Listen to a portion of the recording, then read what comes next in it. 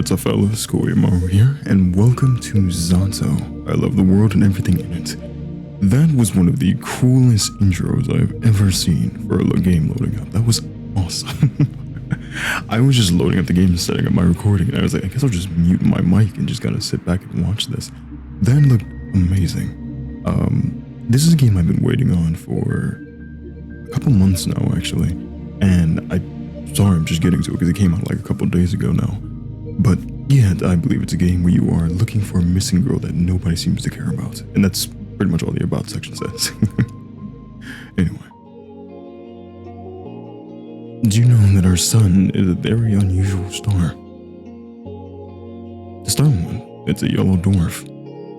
Those constitute for just 7 to 10% of all stars in the universe. It's an outlier, even among those. Most yellow dwarfs are primarily covered with dark spots.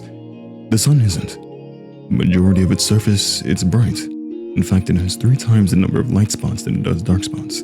Sure, its overall brightness index is nothing special. You could even call it underwhelming compared to other stars of its type. But even so, it works harder than most to shine as bright as it can. And I find that really cute. And the giant flaming ball in the sky cute. I don't remember where I read about this. Must have been some newspaper from years ago. But that small piece of trivia still pops in my mind whenever I look up at the morning sky. It's not much of a view, to be honest. Not much of a sky, not much of a sun. I guess it's the kind of region it is. Some people say the sun is just lazing around in our parts, wet with the constant snow. But people that go around saying that, well, they clearly haven't read that newspaper. The more I thought about things like that, then the more I learned, the more I realized how incredible everything is. I'm not just saying that to mean amazing, I mean improbable. You can't deny the world is full of great coincidences. It's to the point where I've begun to ask myself how much of it we can attribute to pure chance. The universe was so kind as to give us both a star and a planet, with the perfect conditions for sentient life. Just the slightest fluctuation in the composition of our atmosphere, the size of the globe where the distance between Earth and the Sun, and none of us, none of the beauty surrounding us would exist. One would call it a miracle. And of course it's a lovely way to put it. But isn't that giving the world we're living in too little credit? But it's not that I subscribe to that anthropic principle or anything. I'm not so arrogant as to believe the universe exists just for our sake. Or rather, I'm not so sure it exists solely to be observed. When a baby is born, it's not preoccupied with how it is perceived. That consciousness need, the conscious need emerges later, as the child develops self-awareness. Until that point, its curiosity is aimed at its surroundings. So if anything, it's the opposite of what the anthropic principle entails. We're social creatures, so the need to be observed makes sense for our survival. But to say the universe itself shares that priority, it just doesn't make sense to me. I don't know if who this person even is, if this even is a person. But I like this conversation. If they're just talking to themselves or telling it to somebody. Although, you can also think about it this way. A child is curious about the world because it perceives the world as external. What if the child is the world? What if all that could ever observe existed within itself? What can the all-encompassing universe be curious about? There's nothing but itself, so nothing but itself. There's nothing else to care about in the whole wide world. It is the world. Duh. Wait, now this makes perfect sense. If I put it like that, I guess the universe had no choice but to be self-centered. Good way of putting it. Even if this wasn't the case when it was born, what if the universe developed a desire to be perceived by others as it matured? The same way that a child would. And what do we do when we want others to perceive us a certain way? We try to mold ourselves accordingly. I think I get it now. The universe gradually felt the desire to be seen. It wants to be admired, loved, and observed. Because there's nothing more a world can do but to observe itself. It's the best and only pastime there is, as far as the world is concerned. And observation is good. More observation is even better. Of course, an endless universe can observe itself endlessly. You can say that its observation value equals infinity. That value may seem absolute, but it isn't really. Not in mathematics. infinity plus one exist. It's a value that the universe could never reach as a singular, albeit infinite observer.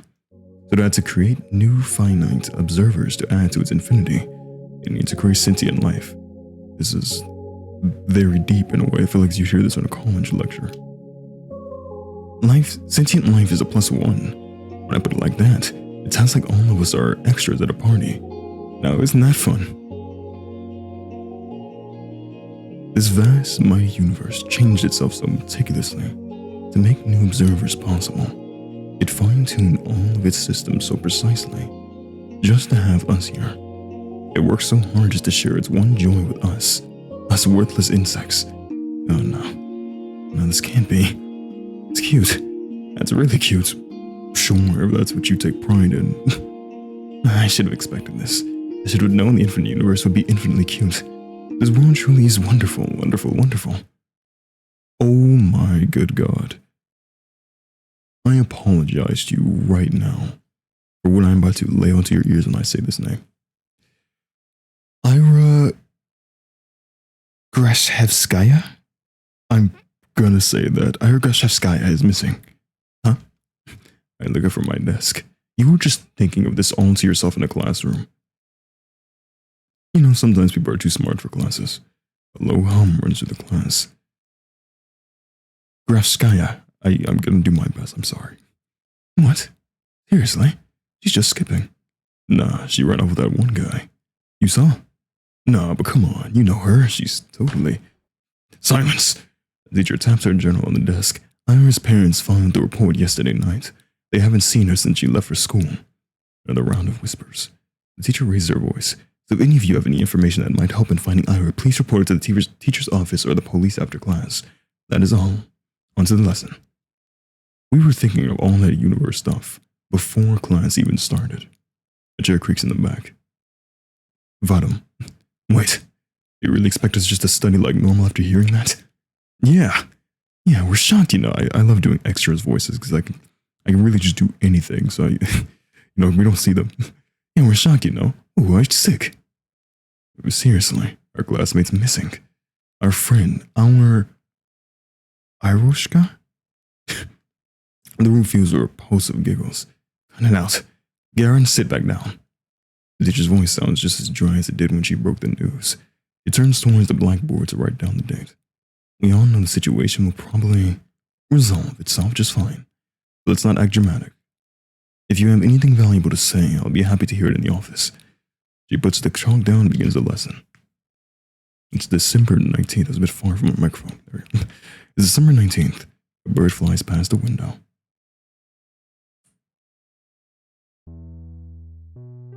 I really do like this art style. There he is. Disappearance. Give me a break. Aren't you supposed to wait 3 days or something? No. Well, actually, I guess sometimes it's the first 24 hours this year are the most important. It's the first 48 hours that are the most important. So yeah, typically, I don't think it's 3 days. They're just dead by that point. That's a myth. You can file a missing report whenever, especially if it's a kid. Oh yeah? Hey, let's report each other missing and see who they find first. You're on. No, but seriously, what's with the sudden hubbub? Who says hubbub in this modern generation? I don't know what year this is in. But she didn't come home, big deal. I thought wandering off was her whole thing. Right? That's just Grafska for you. But her parents just want some attention. Like they need any more of that. Classmate, my favorite characters so far, classmate A, B, and C. I mean, I've heard some weird cases. Yeah, never say never. Crazy is genetic. Well, I mean, mental illness can pass down, yes. You think she's in some crack house now? No way. Do we even have any? I wish. At least there'd be something fun to do. Honestly. Hey. But she's, like, for sure with the guy, right? The guy? You don't know? A bunch of people have seen them together. It's some older dude. He's, like, 30 or something. Ew. You're serious? Yeah, it's so trashy. I slowly walk by my classmates as we head to the next lesson. It's irritating. The conversation is ticking me off. I'm not sure why. It's not as if they aren't making sense. It's not unusual for Ira to wander off somewhere on her own. I'm not treating this news with any real gravity. Really, I'm no better than any of them. There is a trace of worry in my head, but it isn't directed towards Ira. Instead, when I first heard about her disappearance, the thought that flashed into my mind was rather ugly. Now nobody will come to save me. Gross. But regardless of what people are saying, and regardless of what I personally think, that's still a missing person. Her poor parents must be worried. Just picturing it makes me feel glum. I'm not surprised Ira would just run off somewhere without telling anybody, but still. It's not like we've ever been friends. It would be strange. It would be stranger if I acted all torn up about it, right? She's just that kind of person. Always getting herself in trouble, always hanging out in places she's not supposed to be at. They're right. This won't be the first time Ira left for God knows where. But is it really true? The stuff they said about that older man. I've never even seen or heard anything like that. Even though this whole time. I suppose it's plausible, knowing how some girls are. Even so, I never thought Ira would be the type to be love-struck like that. Love-struck, huh? Typically it's not for love, but more for money. When I put it that way, it's almost... yeah, it's most definitely cute. Ira in love. Forbidden love, too. Wow, I'd never have guessed. I never took that girl for a romantic. But she is a girl at the end of the day. And she does like those type of books. So perhaps you're planning to elope all along? Ah, crap. It's all so complicated. I'm really torn on this. I really am. On one hand, it's super romantic. It's beautiful young love with no regard for what anyone thinks. It's so incredible. It's incredibly cute. We have issues. But on the other hand, I'm really sad. It's selfish and it's dumb. But if Ira is really gone, it's like I've got nothing to hope for anymore. Hey, Shubina. You know anything about this? No? Why would I? Well, you two were pretty close, right? The whole group chuckles. You know, this guy just reminds me of Robert from that new game Dispatch that came out recently. We weren't... No, not at all. Really? I thought you two were... Don't want to say that out of comfort. But, you know. What? They all erupted in laughter. We weren't... We didn't even talk. Vadam, you dumb arse. Grafs guys. I'll screw it in the old guy. She ain't like that. I don't know. Some chicks swing both ways. You never know these days. Oh god, this guy's a prick. It's... Look at her face. Chill on, Shubina, we're just kidding, jeez. Why are you getting so scared anyways? You really a lesbo or something? Don't even like saying that. I'm not... They just keep laughing. What can I even say to that? No matter what I do, they just keep laughing. If Ira came into the door right now and heard what they were saying, all hell would break loose. I mean, she only disappeared a day ago. She's probably just coming late today. Doesn't even know there's a missing report. Maybe she's already left her lover's place. Maybe she's trudging through our snowy schoolyard as we speak. She's already inside. She's already left her wet puffy jacket in the cloakroom. And now she's going down the corridor, up the stairs to the left. That's right, she's coming. She's gonna storm in any minute now. Right, that's it. I hear her. I can hear her footsteps. She's coming. Ira's coming. I'm 90% sure it's not Ira. What's with that face? You look like you're holding in a crap. She's totally a lesbo. I'm not. I've never talked to her. I told you. The steps walk past the classroom. Now that they're closer, they don't sound like her at all. They never sounded like her in the first place. Well, maybe not with her, but like in general. Yeah, you don't have a boyfriend, right, Shubina? Why is that? I don't know. I just... Dude, look at her. Be real. Come on, don't say that. What? You want to be her boyfriend? Hey, Shubina, Wanna go out with Igor? Oi! What? Come on, he's a great guy. Right, Igor? You treat her right. Piss off, man. I'm not doing this. I hate voice acting just douchebags. I do it often too. I do this often. And bite my tongue. There I go again. Bad habit. It's not like it works anyway, so why do I keep doing it? I plump down on my desk and start mindlessly flipping through the textbook. I need to stop indulging fantasies like that. It just makes me feel stupid every time. If Ira came into that door and beat them up right then and there, would it really help my case? They probably keep saying those same things behind her back, and to my face. I guess it really would be for the worse. Yeah, I shouldn't have wished for that. If Ira saw that, it would just add fuel to the fire. So, it's a good thing that she didn't interfere. It's a good thing. It's a really great thing. I've been playing for 17 minutes already. My god, it feels like 5. At least these guys don't bother me for the rest of the day. Everyone's too preoccupied with gossip. Can't focus on studying either. I keep thinking, the last time I saw Ira, the teacher says her parents are leaving in the morning. But she didn't show up to class. That part's nothing new. Ira's always had a bad attendance record. Oh, I assume she skipped as usual. And would see that man they talked about? She'd go to him right away. Because in that case, yesterday evening, flashback. Go home, Asya.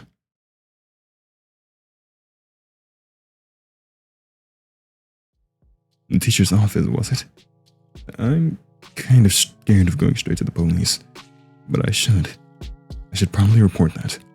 I'm not sure it'll be of any help, and for some reason the idea of telling you what I saw, think about it, just doesn't sit right with me. There's no logical reason for that. I need to get over myself. Sure, she's probably fine, I know that. Freaking everyone knows that. But if she's not, well, I'm gonna regret it big time.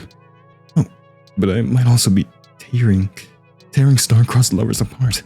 If Ira really ran away to be with someone that she cares about so deeply, away from society's ridicule, would it really be right to ruin it? Crap, I have to admit, I'm also a little judgmental. I mean, it's really beautiful. I do believe that judging love like that is ugly, ugly, ugly. But whenever I start to consider it closely, I just can't help but brush off how much older that man is. I just can't. I'm really no better than the rest. Wait, that's it. So that's why I don't want to tell anyone about what I saw. It must be the good in me screaming, don't ruin their good fortune. They're probably so happy together right now. It's none of your business. Gosh, yeah, that must be it. That explains everything. Did I follow my heart then? Did I keep silent? It's not as if what I've seen make any difference. It was kind of inconsequential. Everything can help with the missing person investigation. There's no point in telling anyone about it at all. It's not the kind of information that points to any particular location or culprit. Not that there is one. Let's keep silent, everyone will be happy. I'll be happy, the good irrational me will be happy, and the cold reasonable me will be happy as well. You remember, if there is a missing person, you can tell information like, I saw them 2 weeks ago talking to a guy in a hoodie. Stuff does help quite often. Yep. Good job, Asya. You solved it. It sure is nice to have a clean conscience. Well, no need to loaf around here any longer. Guess I better head home. Counterpoints. Counterpoint. Brother, this goes into Danganronpa as well. What if, and bear with me here, what if Ira is actually missing? Despite all odds, there's always a possibility that she is in danger. If there's even the tiniest chance that my report will help in finding her, that info is worth providing. And if she really did elope with her beloved, then my testimony won't change a thing. It's worthless at worst. That's true. If I carefully weigh the pros and cons, that off chance of Ira being in danger, and my words being the key to saving her, makes for a strong argument. Wow, my words being the key to saving her. Oh yeah, that'd be so amazing. I love this art. I don't know, this art sounds really, like, is that art or a real picture just with like filters on it? Oh no, I like it though. And then I'd come and visit her in the hospital and she wouldn't know how to thank me. She'd say, I shouldn't have. She'd say, I told you to leave me alone, dummy. Then I'd just shake my head and respond, it's nothing. I was just doing what I was supposed to. No, I gotta come up with something cooler. I need to think about that. Wait. Why is she in the hospital? I hope Ira ends up in the hospital. Yes, of course not. I don't need my freaking testimony to save her.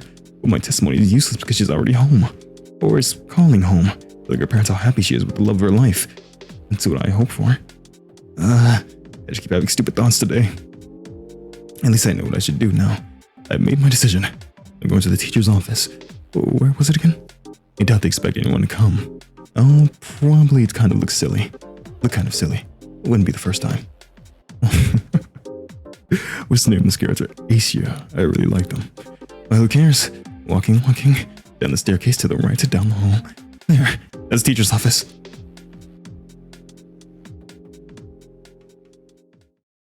I'm so dumb because I don't know.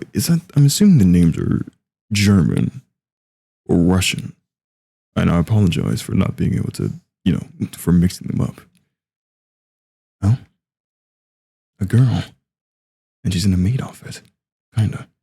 There's a girl standing there, right by the door. I think I've seen her before. Is she an upperclassman? Our town is really tiny and so is our school. If I were a better person, I would know her name. She turns to look at me. I'm not sure what she's expecting, so I nod a little. Is there a queue?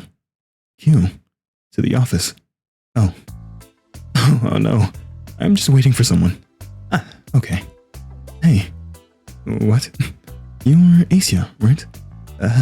Yes. Did you know? That's kind of a loaded question. How do we know anything? Oh god, everyone in this entire town is crazy. I mean, it's not like we have lots of faces to remember here. You know me too, right? Sorry. Really? Yeah, that's what I was talking about. Not that I don't care to remember everyone's names. I just don't know where other people get them from. They say that in tiny cities like this, everyone knows each other. But that's just not true. We learn about the people outside of our immediate circle through gossip or common friends. But I haven't made any new ones since the day Tosia left. Gossip. Sure, sometimes I overhear my classmates chatting about this and that, but I don't like listening to them. I don't like their voices, so I try not to pay them too much attention. Wait, when I put it like that, it kind of sounds like my fault.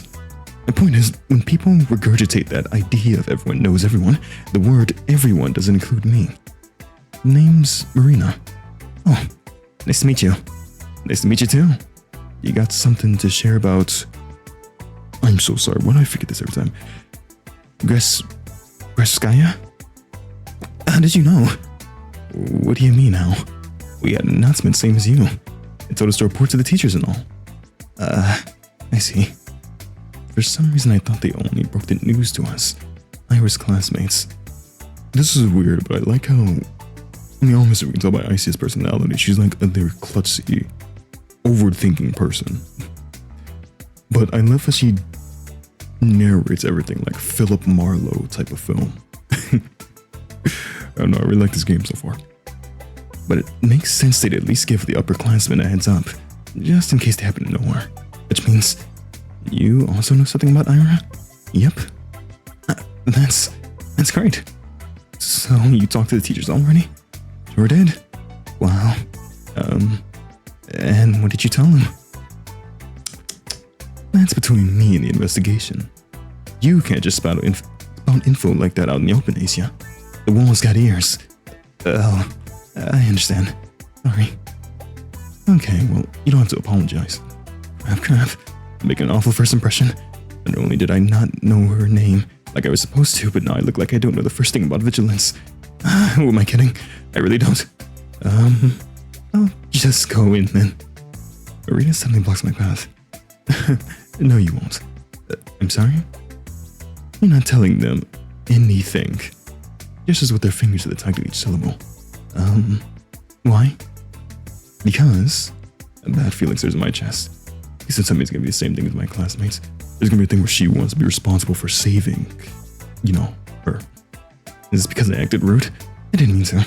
Well, I never mean to. I just can't help it, can I? We just met and I've already managed to mess everything up. Dang it. I desperately search her face for signs of mockery. But weirdly, I can't find any. I've been waiting for you. Huh? Surprised? Of course I am. No, wait. This has to be some stupid ruse. I'm going to believe this girl and she'll just laugh in my face about it. I'm serious. Ira told me about you. Really? Yeah. Oh gosh, they talked about me. Wow. Oh gee gosh, Willikers. I'm shocked Marina is being as friendly as she is, considering the kind of description Ira could give. Wait, does this mean she is a friend of Ira's? For some reason I never thought about her having any. At least not at school. That was really presumptuous of me. I wonder what Ira's like when she's with friends. I know you saw her yesterday. I figured you'd want to report it, so I ran here as soon as classes ended. I guess it'd be easier to catch you between lessons, but I got so caught up in all of the stupid rumors. Let me save, actually. It kinda slipped my mind. He knows. But hey, what matters that it all worked out. So why are you stopping me? Well, Marina looks around the empty corridor before lowering her voice. If you tell him about yesterday, you'll make everything worse. Huh? Let's not talk about this in front of the office, okay? Come on, let's go. She takes a step back and beckons me with her hand. Let me do, her voice. I'm not sure what she has in mind, but it doesn't seem like a prank. Still, wait, I know Ira's probably fine, but isn't it better to play it safe? The faster we share all we know with everyone, the... Quiet, you. Just said that we shouldn't talk about this stuff where the adults can hear. Marina grabs my hand and starts dragging me down the corridor. She's not exactly being quiet either. While my stomach protests sound so weak, they might as well be white noise the other girl. Yes, I spent half the day doubting whether I should report it all. So what? I carefully examined my options and came to my own conclusion. I deserve to see it through. I deserve to testify. But some part of me is relieved that the ultimate choice was made for me. I mean, that silly gut feeling I thought I overcame with the reasons coming on top. But there was something to it in the end. Oh, I was right. My heart was right. Sure, I can't actually know that, since I'm yet to hear what Marina has to say. But this can't be pure chance, can it? And if it's not, what does it actually hinge on? Did Marina show up because the world needed to stop me for the sake of something more important? Or did Marina show up because I subconsciously wished for something, for anything to stop me? Whatever it was, I guess I don't mind this after all. I have to dig deep in my old voice acting when I played Urban Myth game and do the main character's voice from that kinda for Asya here. I think I'll stick to the grander narrative angle for the time being. The world bending itself to the will of some worthless gnat is a preposterous idea. But it wouldn't be the first time for me, would it? And the fact that the world for any reason has decided to guide me towards the right path. That's so endlessly sweet. Down the stairs to the lobby to the code room. I don't resist anymore. Marina drags me along, and I feel my doubt turning to excitement. This is definitely the right path. This girl knows about Ira. I want to know more about Ira too. The whole wide world wants me to know.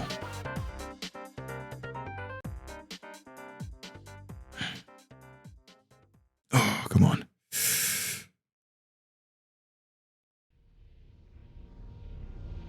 Something's happening. Oh my god, that was just the intro. We're 30 minutes in. Episode 1, Ira.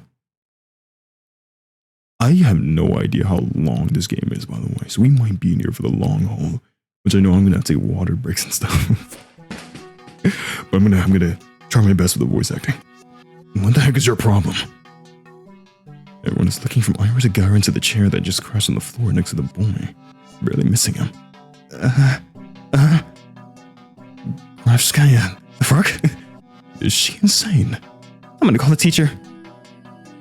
Not paying any mind to the commotion that has filled the classroom, Ira storms toward Garen. Her face is contorted with rage. Before I can react, she rips the notepad from his hand and slams it on my desk. I hastily grab onto it. Read that again, I'll kick your teeth in. Are you nuts?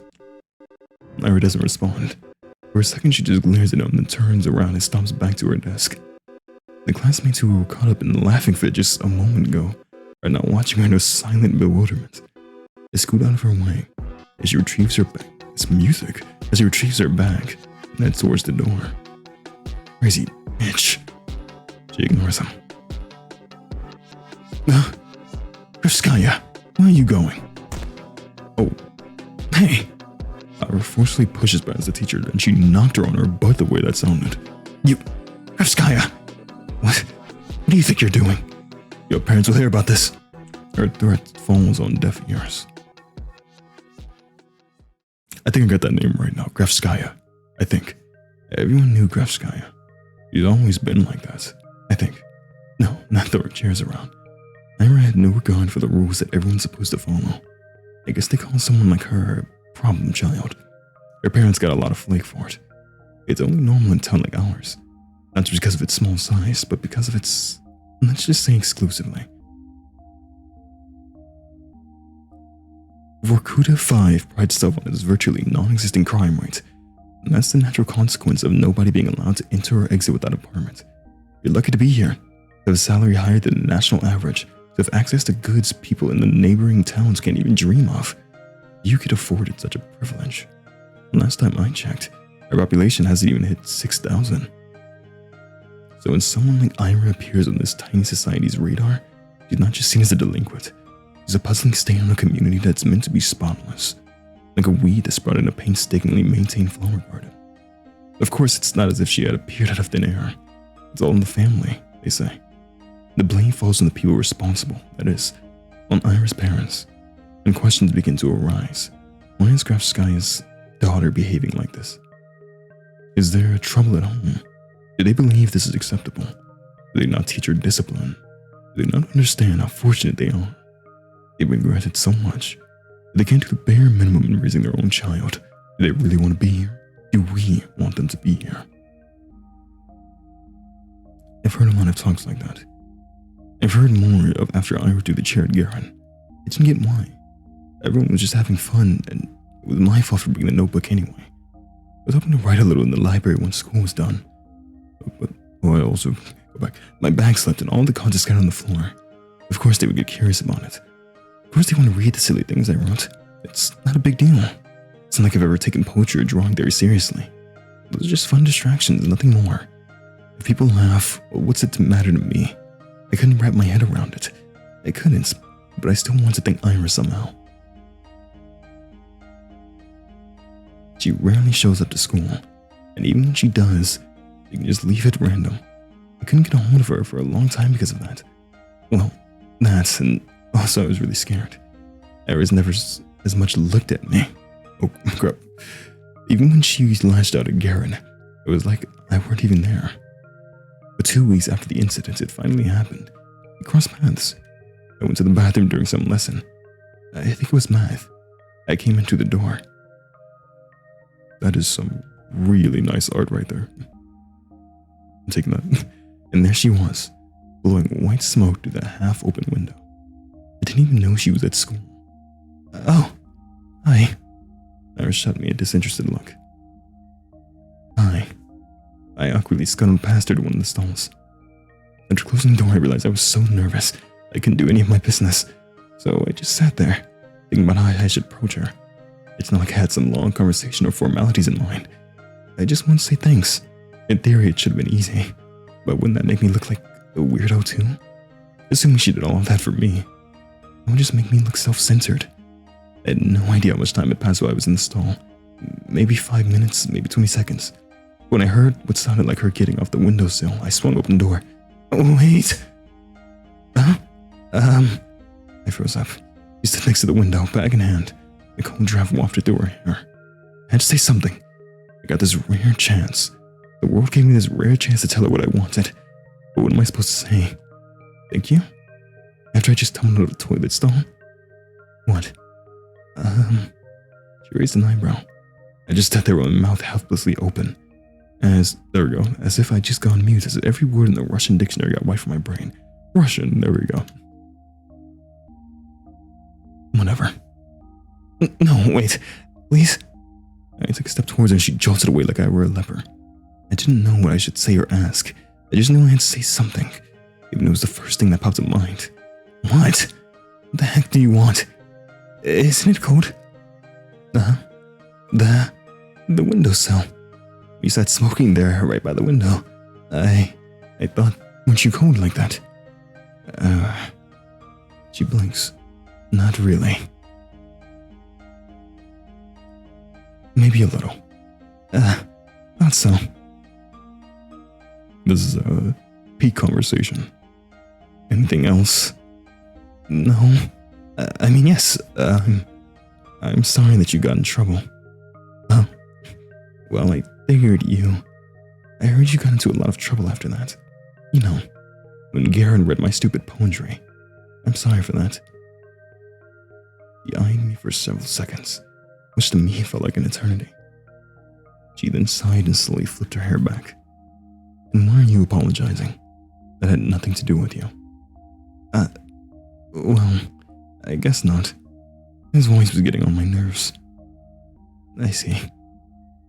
I looked down the tile floor, tiled. I knew that was the case, of course. Like I was hoping Ira jumped in to defend my honor or anything of the sort. I wanted to thank her regardless of intent, but no matter how hard I thought and tried to word it, everything just came out sounding awkward or wrong. Why does this always happen? The soles of her boots squeaked against the floor. She spun around and walked towards the door, and this time I made no attempt to stop her. Your poetry isn't stupid. Huh? Oh, slammed the door right in my face after that, but she cares. I stood there, dumbfounded. Did she just say that? Did I hear it right? Your poetry isn't stupid. I merely thought of going to the tattoo shop. Does that mean that she likes it? Ira likes my poetry. Ira Gafskaya. Am I gonna forget to say that every time? The bell rang and snapped me out of my short-term stupor. I shook my head. Right, I need to get back to the classroom. I doubted Ira was gonna be at the next lesson. I washed my hands from nothing in particular. Oh yeah, you still need to piss. It's fine. Conversation is better than any piss you can have. Enhanced if you have a conversation while pissing. Weeks passed. My life didn't exactly change. I'm gonna struggle because in usual visual novel form, it's like some narration or like monologue of like where you're just gonna go back into your voice and you sit back down and you go back to the character's voice when they're talking again. But for Asya, I feel like she's always monologuing just in her normal, how she would speak. So I just do her voice for the monologue. I know it's gonna kill my voice, but I'm loving it. I went to school the same way. I sat through lessons, then went to the store, then to the library, or for a walk. And then when it got dark, I headed home. Day after day. Huh? My notebook. I just left to get a snack from the cafeteria. Where did it go? Oh, Shubina. I borrowed your homework for a second. You don't mind, right? It's fine. Thanks. By the way, is this supposed to be you? He lifts a scrap of paper up to me. No. I forgot I left it in there. No. It's just a drawing. Yeah? You sure? It really looks like you if you were pretty. It's not me. Whatever you say. Sometimes my classmates joked around with me. Whenever that happened, my thoughts involuntarily drifted to Ira. She still attended classes, albeit irregularly. She always vanished during breaks. I don't know where to, and I wouldn't dare ask. Something told me she'd say, none of your business, if I did, and she'd be right. But even so, I kept imagining those scenarios in my head. Not just when I was being laughed at. I started doing it when I was walking home from school, or to the store, or just wandering the streets killing time. I kept thinking about how funny it would be if I bumped into Ira. I thought how interesting it would be if we talked. I even tried to stay out longer. I started taking new routes. It's embarrassing to think about it now, but...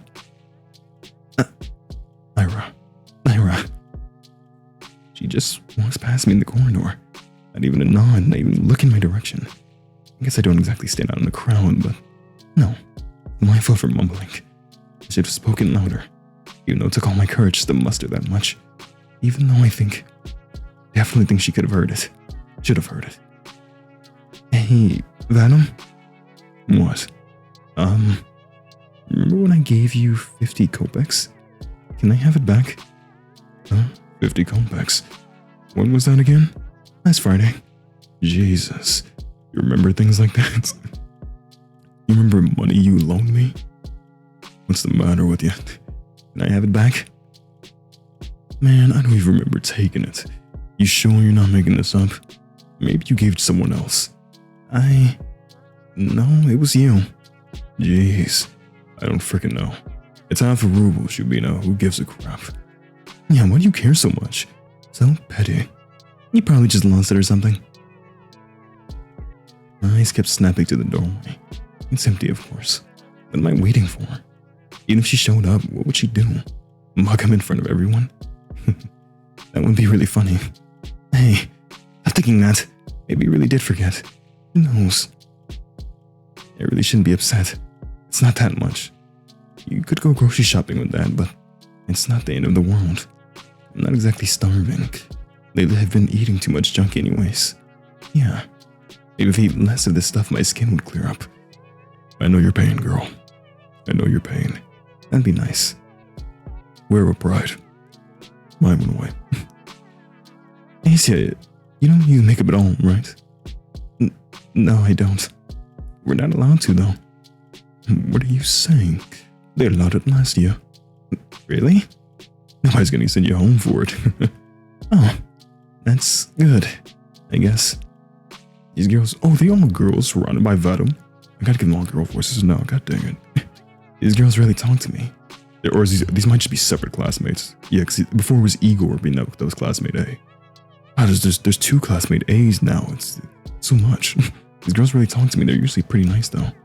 At least when they're not joking along with the guys. I think one of them likes Z.A.T.O. She laughs a lot whenever he says anything to me. I suppose we have very different senses of humor. But you never tried it before, yeah? Makeup? No, never. Seriously? You're like 15 already. 14. Same thing. You gotta learn to do it at some point. Especially with that complexion. Well, not really. Hey, how about we help you out? Yeah? Yeah. Just some light makeup. You'll see what it's like. I don't know. Come on, it's gonna be fun. Yeah, you're gonna love it. I don't know what accent that is. Alright, but I'm not gonna say yay for this girl. I hate this already. Come here then. I don't think people do unpleasant things on purpose. Nobody wakes up in the morning with a goal to make somebody feel bad. Go to Twitter. I really believe that. If someone is doing something hurtful, they don't fully understand it. But I shouldn't wish bad things on people who don't know they're being mean. I shouldn't wish for Ira to appear and interrupt them, or to scream at them, or punish them, or anything. I can still hear everyone laughing as I run out to the corridor. I'm covering my face. I don't need any teachers seeing me like that. At least the toilet's closed, so I can wash this mess off quickly.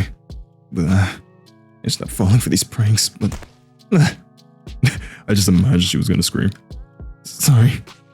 I lift my face up without thinking. Oh no. The heck? Ira jerks away from me. Can't blame her. I almost look like an insane person. Yeah, I look awful. But I cannot handle her looking at me like that. I really wonder how you do look. I'm sorry. Huh? I run past her. Run. I just need to get to the restroom. I just need to wash it off. Everyone in this school sucks. After about a month, the reality had dawned on me. I kept telling myself that Ira's actions had nothing to do with me. He told me that much and in no uncertain terms. He said that. I kept repeating it again and again and again and again. But I didn't believe it. On some level, I still held on to the faint hope that Ira pitied me. That she cared about me for God knows what reason. Oh, really? What was the reason? Her lashing out at a classmate she found annoying, one who just so happened to make fun of me. Her not joining in. Her telling me she liked my writings. She didn't even say that much. She said they weren't stupid. Oh God, Z.A.T.O. Oi. 3 coins clicking into my desk. 20. 10. Don't. Are you telling me you're not a complete dick? But he remembered? There. Thanks for the unforgettable night. Oh, of course, you had to be like that. Oh my God. Everyone erupts and snickers. I hate this guy so much. Hey, you're a cheap deal. You're free later?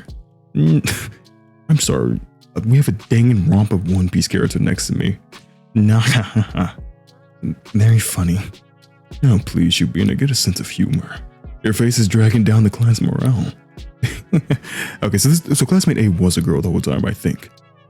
But is she just a girl named Igor? That's right. You're doing us all a disservice.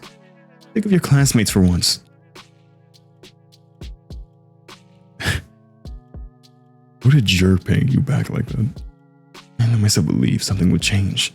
I thought about it as if I deserved it, as if I didn't have it good enough before, as if my life had any real problems. I was just being greedy, plain and simple, getting my hopes up over some silly coincidence. It's all so stupid. I can't help but laugh. But that's okay. I know better now. It was being ridiculous. It's shameful to admit, but better late than never, right? I got a little too caught up in my own little world. And hey, even if they didn't amount to anything, I can still appreciate those little encounters with Ira for what they were. Brief but wonderful moments. I can reminisce fondly about the one time I looked out and saw Garen all scared and confused. Or that one time somebody gave my work a compliment. Backhanded as it was. I could do that, because everyone does that. Everyone has those little things that they look back on with a smile. It's beautiful in its own way, is it not? Our whole lives are a series of episodes, both good and bad. Like Let's Player might be playing an episode called Episode 1, Ira. It doesn't matter if they go into a bigger story, because each moment has a lot of merits of its own. It's something I should learn to be content with. It's something I've been perfectly content with until now. Until I decided what I had wasn't enough. Thinking objectively, what is there to complain about? No, seriously. I live in the prettiest part of our vast country. I have a comfortable roof over my head, even my own room. I have 2 living parents. I have wonderful hobbies to enjoy. Paper to write on, books to read, TV to watch. I buy myself treats almost every day after I'm done with school. I have good grades and teachers tell me I have great potential. My classmates also recognize how studious I am. I help them with their studies when they ask me to. And that's right. I've got classmates I can always talk to. Guys I can laugh along with even if their jokes don't always land. Even if my sense of humor isn't the best, I have all of this. Right here, right now. Everything that a girl my age could ever ask for. But why did I act as if that weren't enough? Why the... Idiot. What? You got like a designer coat on, Ira. Why the heck do you always go along with some bull crap? I'm so... Ira looks like she's gonna slap me. Instead, she swings her boot against a snow hill. Then turns to me and starts roughly swiping clumps of snow in my coat. My whole body feels slightly numb. When I start to speak, my voice comes out weirder than expected. Ira, how did you know I was here? Doesn't matter. I heard that arsehole Garen giggling about it. Can you stand? Yeah. I clumsily get up. My limbs feel rigid. I knew you shouldn't sit on concrete when it's cold. I wouldn't normally. There was nowhere else to sit near the school's back entrance, and my legs are starting to get tired. I half-heartedly shake the snow off my skirts and tights. The flakes fall gently on the ground below. I look at Ira. Her face is... The word concern flashed in my head. But I've already learned I'm no good at judgments like that. I shouldn't be presumptuous. It's a bad habit of mine. I shouldn't flatter myself. I shouldn't. But the question escapes before I manage to cut myself short. Why are you here? What do you mean, why? I told you. Everyone's bragging about slipping you that stupid letter. No, that's not what I'm talking about. Well, this doesn't have anything to do with you, does it? As soon as I see that out loud, I realize I messed up. I really did. Now she's gonna punch me. Myra's gonna punch me for real. She's gonna punch me and then never speak to me again. I don't even say sorry. I just brace myself for the incoming blow. Physically, verbal, I don't care. I've earned it. No, not really. It doesn't concern me at all. It's just annoying. Is that so? Yeah. You pissed me off. And you pissed me off too. I freaking get you. You knew it wasn't real. There's no way you believe that. Right? Right? I didn't believe it. I'm not that stupid. I laid down the moist and crumbled letter I forgot I was still holding. It's the oldest trick in the book. A love letter prank? Really? I would fall for that. I stare at the shriveled up piece of paper and something about its whole existence feels extremely sad to me. You want to burn it? Huh? I have matches. Oh. No thanks. It's wet anyway. I foot levered and shoved it into my pocket. It would get damp inside, but I don't care. I can't throw it away. A fake confession is still a confession in the end. Those words didn't choose to be written insincerely. It's okay. Even this whole thing isn't real. I met Ira today. Ira came. After all these years of praying. This is so sad. I find this really sad, but it's also really sweet in a weird way. It's very bittersweet, if that makes sense. That's the best way to describe it. Ira came. Thank you. I smiled at her, even after I said I had come to terms with it. No, right as I was saying it to you, to myself, to the world, I knew that I was lying. I couldn't throw away that last dumb scrap of hope I had. A small involuntary thought that crept into my mind whenever I felt usually slightly lonelier than usual. Even if it took so long, you finally came. I didn't do anything really. Flustered. I was flustered. Is she flustered? Really? That's cute. That's just so cute. Oh, well, this is just cute there. What's with you?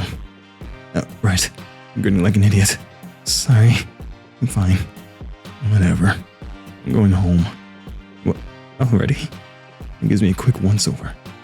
You take care. Yeah, okay. Bye. We wave at each other and I watch her disappear behind the corner. I hesitate. Maybe I shouldn't. It feels like there's still so much I want to say to her. I don't know what or why, but I just know that it's a lot. I turn and walk like a couple of steps in the direction of my home. No, change my mind. I run back. Crap, my legs are still stiff. Still so stiff. I turn the same corner I ripped past not even a minute ago and she's already gone. I sigh. The snow here isn't deep enough to leave clear footprints that I'd be desperate enough to follow. Why did she always leave in such a rush? She turned the corner and just absolutely booked it and just ran down the street.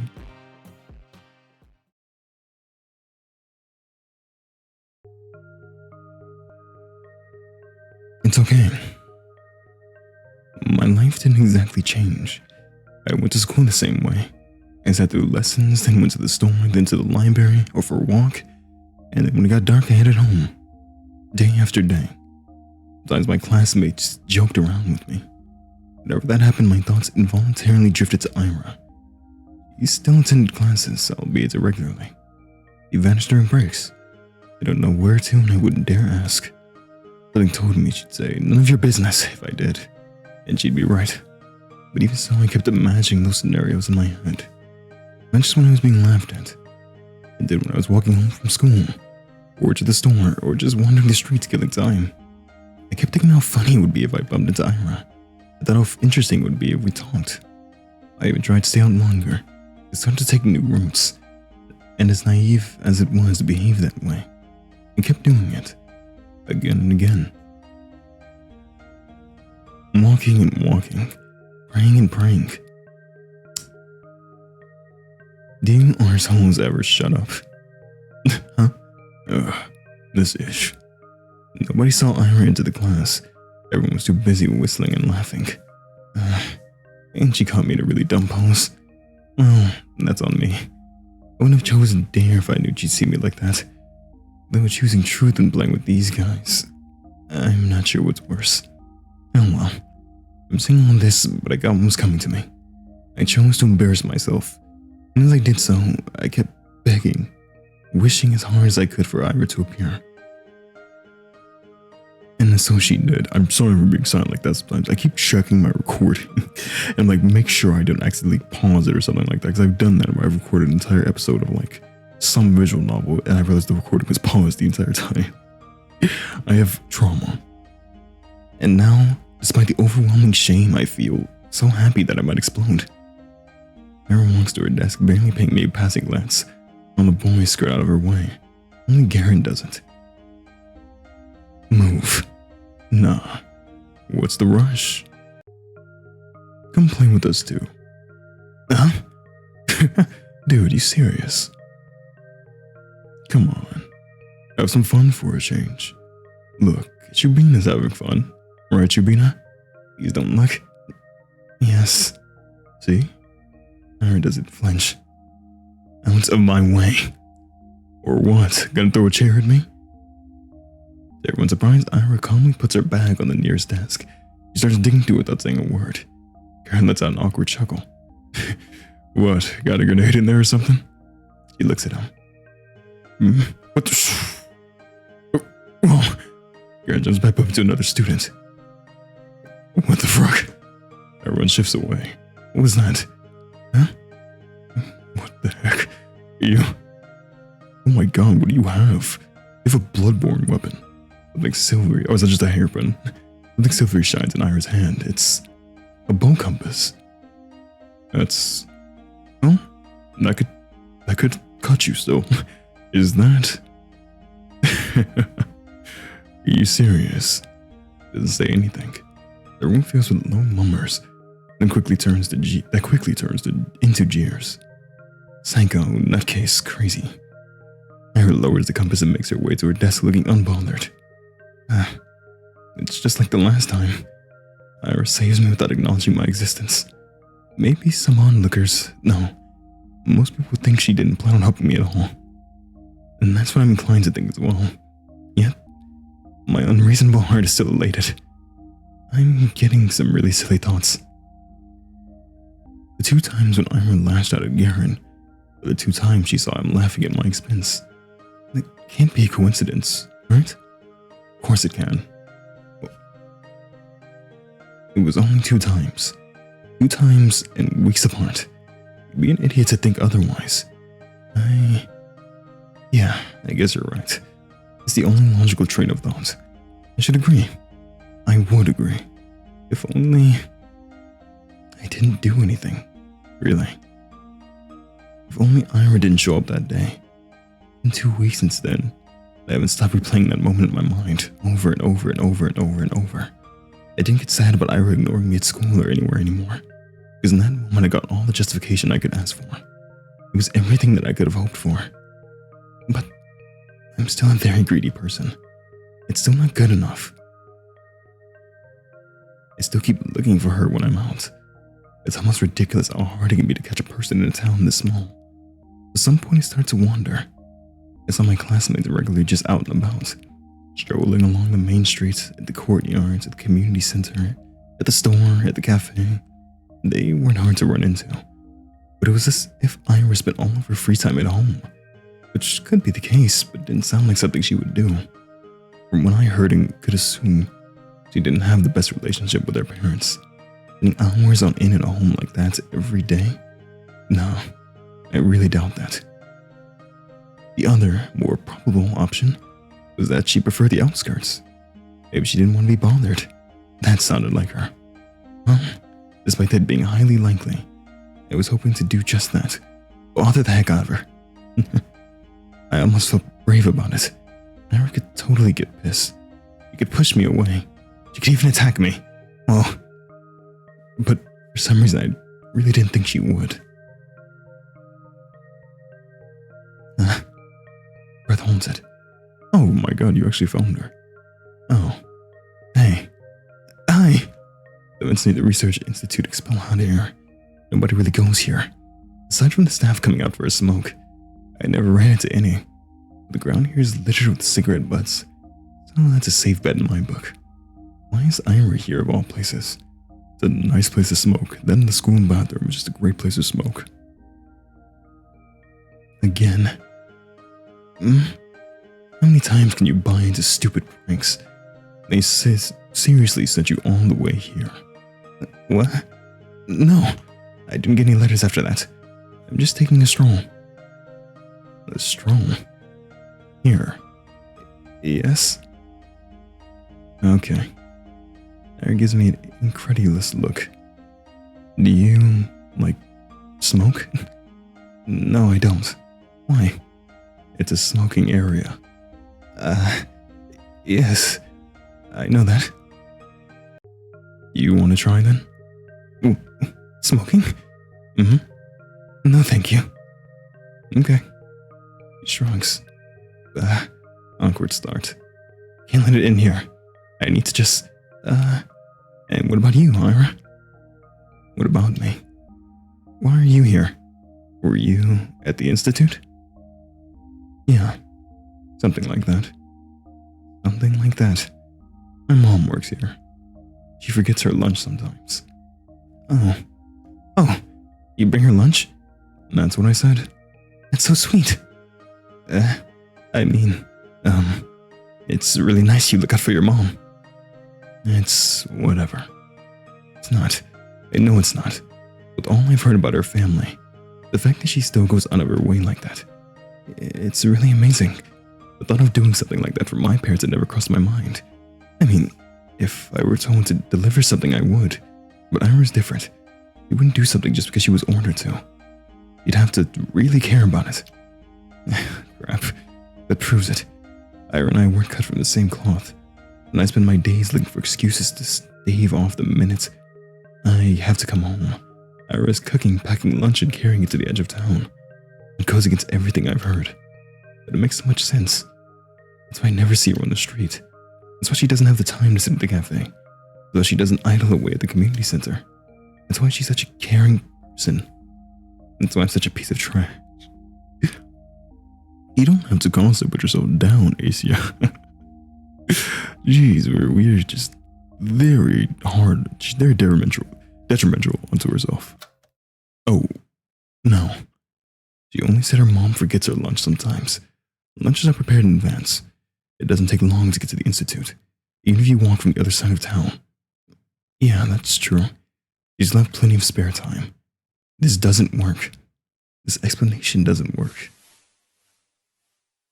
What are you really up to out here? Don't lie to me. Ira walks back into the building.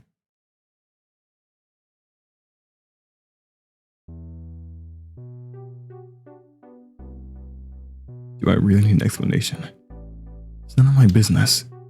I am not so delusional as to believe we're close enough to share something like that. It'd be nice, but it's not how things work. Things work like this. When Ira's in the room, Garrett doesn't talk to me as much. When she isn't, I wish she would be. Your friend is not here today. Who? Who do you think?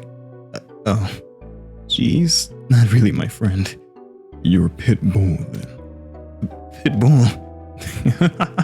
You so badly want to get into his pants, classmate A. It's ridiculous. Hey, that's... What voice did you have again? Oh, yeah. That's spot on.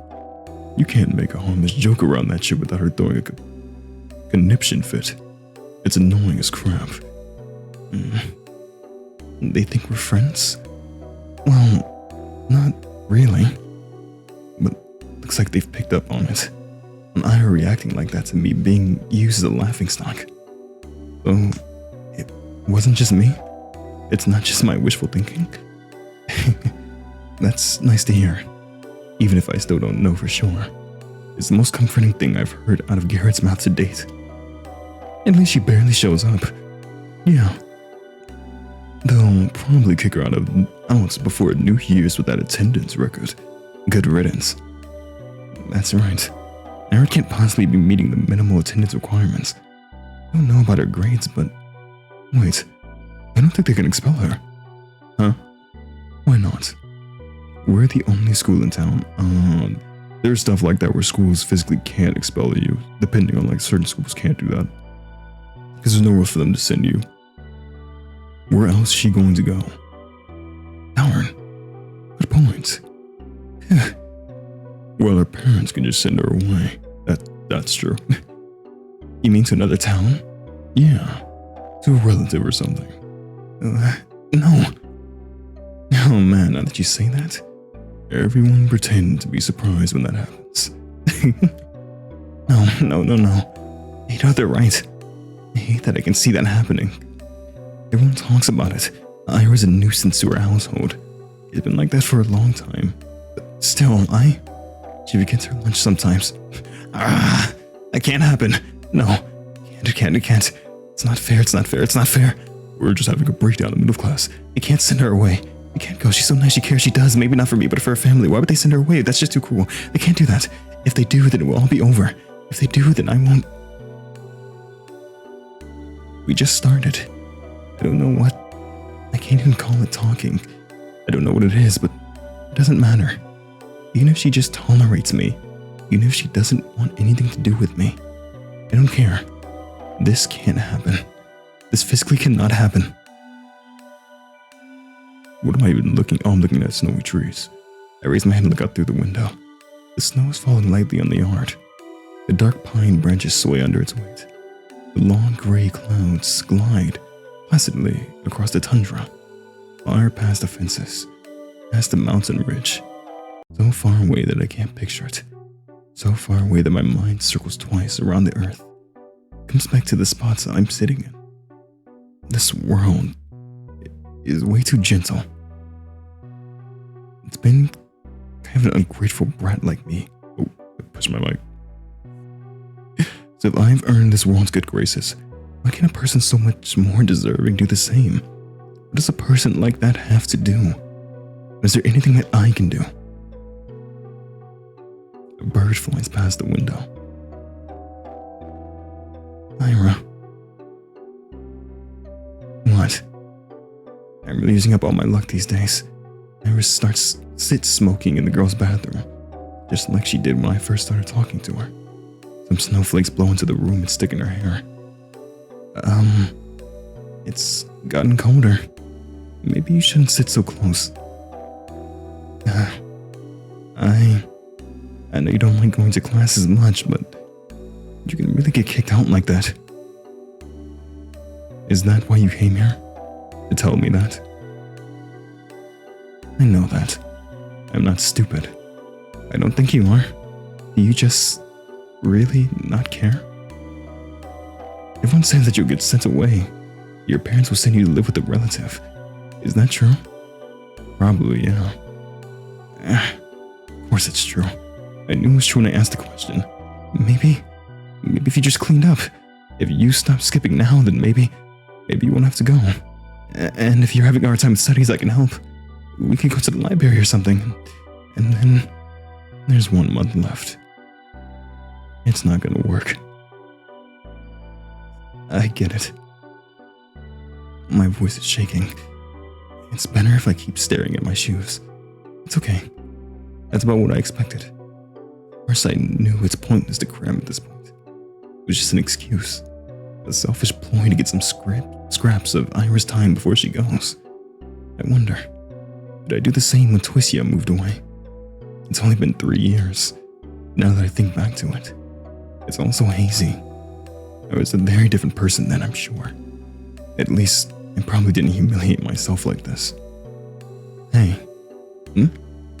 Thanks. Oh. No, I didn't do anything. It was a dumb suggestion. It was nice of you. Nice. Right. She doesn't know. She thinks I'm doing this out of the kindness of my heart. It's just not fair. It really is too good of a person. Are you not going to the toilet? Oh, actually, since you're here, have you seen anyone hiding a diary nearby? Diary? Yes. You know, the one we use for classes? Maybe you've seen something like that lying around. Ira's expression darkens. Don't worry. You're just playing a game. I guess the guys got a little carried away. I've checked the whole class in the corridors. It's probably somewhere really obvious, but also obviously this too. I'm just no good at that kind of stuff. When I hide Igor's pencil case, they found it right away. He throws a cigarette butt out the window and hops off the windowsill. Without saying a word, Ira storms past me, but I grab him to the edge of her dress just as she's about to leave. Wait, I said it's fine. We were playing a game. Really? Please, don't get into more trouble because of me. I wasn't going to. Huh? I have an idea where it is. It was Garin, right? No, Shirkov. Same difference. Oh, nice transition. He walks out to the corridor, I tag behind. I'm not sure what place Ira has in mind, but it becomes immediately clear when she takes a sharp turn to the right. Wait, serious? She swings open the door to the boys' restroom and loudly marches in. Jesus. Some poor guy Tom's almost colliding with me. Sorry. We're sorry. He turns and shakes his head at me in disbelief. I mean, what's there to say? I follow Ira to the bathroom. The smell is so much worse than this one. I look around and see Ira's hand. You know, I have to say, as a janitor, the smell of a... You don't want to know this. I was a janitor for about a year. The smell of the bathroom is absolutely horrendous. The male's bathroom, it just smells like they pissed all over the floor. And just, you know, smells like poop and piss. The female bathroom is just 10 times more gross because there's a bunch of, like, tampons and blood on the ground that you have to mop up. Interesting things about, you know, which bathroom. It smells worse than the male, but the overall atmosphere in the female is so much worse. I look around and see Ira's hand reaching up one of the stalls. There it is. My diary. Right by the tiny window at the top. Ira steps on the toilet bowl. Please be careful. I'm fine. She grabs to the flush tank with skewered away above, and using it as an anchor, she reaches for the windowsill. Catch. Pap. I clasp the diary in my hands. It's really been here all along. I look up at Ira, who's now awkwardly trying to get down. Wow, thank you. Yeah. Oh, yeah, right into you. Ira almost loses her balance, but jumps in just in time. The bowl makes a loud clang and jumps off. Oh no, she actually managed to secure that. Good job. Whoa. Are you okay? Yeah. Let's get out of here. You think it's broken? No, I didn't see anything. But why would I be in a men's toilet? Gross. He was never here. I see.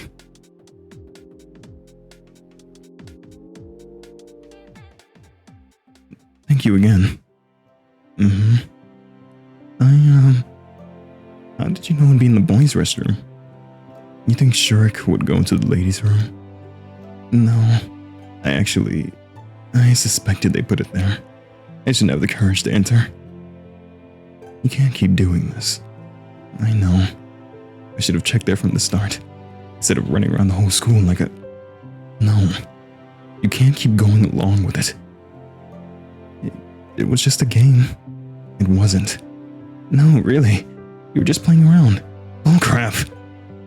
You know dang well what they're doing. They're not your friends. I never said they were. Then why don't you tell them to piss off? For once in your life. I can't. You like being a victim that much? It won't get any better if you keep doing this. It'll only get worse. It's not that bad. And I wouldn't... I can't. I can't just say something like that to them. Sorry. The heck not. Well, it wouldn't be right. I love... It's not like I never tried it before. When I say something, they just make fun of me. And nothing changes. So freaking what? Who cares what they say? Just don't bother with them. I'm not like you. I can't just do that. I can't act like I don't care when everybody's laughing. I can't look people in the eyes like that. And when I go along with it, at least they talk to me. And I know you're okay on your own, but I... So, what's your plan? Huh? That's it? You're gonna spend the next 3 years like that? Seriously. He exhaled sharply. He doesn't even look annoyed anymore. I get that. I'm also disappointed in myself. Asya. Yes? You know I'm leaving soon. That's right. I understand what she's getting at. The unspoken rule Garen and his friends have been sticking to, holding themselves back when I was around. The real cowardly reason I'm so terrified of her going away. I don't know what to do. And can I stop? The hand she's been dealt is much worse than mine. But here I am whining and clinging to her like a leech. I should be the one helping. I should be the one telling Ira to get her act together. And yet, I can't think of a single thing to give her. Write me a poem. Huh? A poem. I? What kind of question is that? Because I liked them. Oh, really? You liked them? You like my poems? Why else would I ask? That's... Thank you very much. I mean, yes, of course. I'll write one. You want it about something, or Maybe in a Pacific meter? I don't care. Anything. Alright, I'll think of something then. I'll try. Yeah, you do that. Anne checks her wristwatch. I gotta go. You're around, I guess. Already? Yeah. Alright. You're around. This is a really cute game at times. I mean, I can't lie. This is just very wholesome. You know, and that's why I like it. I like that I can play kind of anything on the channel. I never want to be like a horror only. I mean, this might delve into some horror. This might be a slow burn horror for all I know. But I do like that it gets to just kind of play anything. And this is just cute right here. This is just nice. He waves her hand and leaves. I watch her walking down the empty corridor. Empty. I really stayed in school for way too long. The shadows stretch along the hallway, tall and dark. My heart is pounding. I should get going too.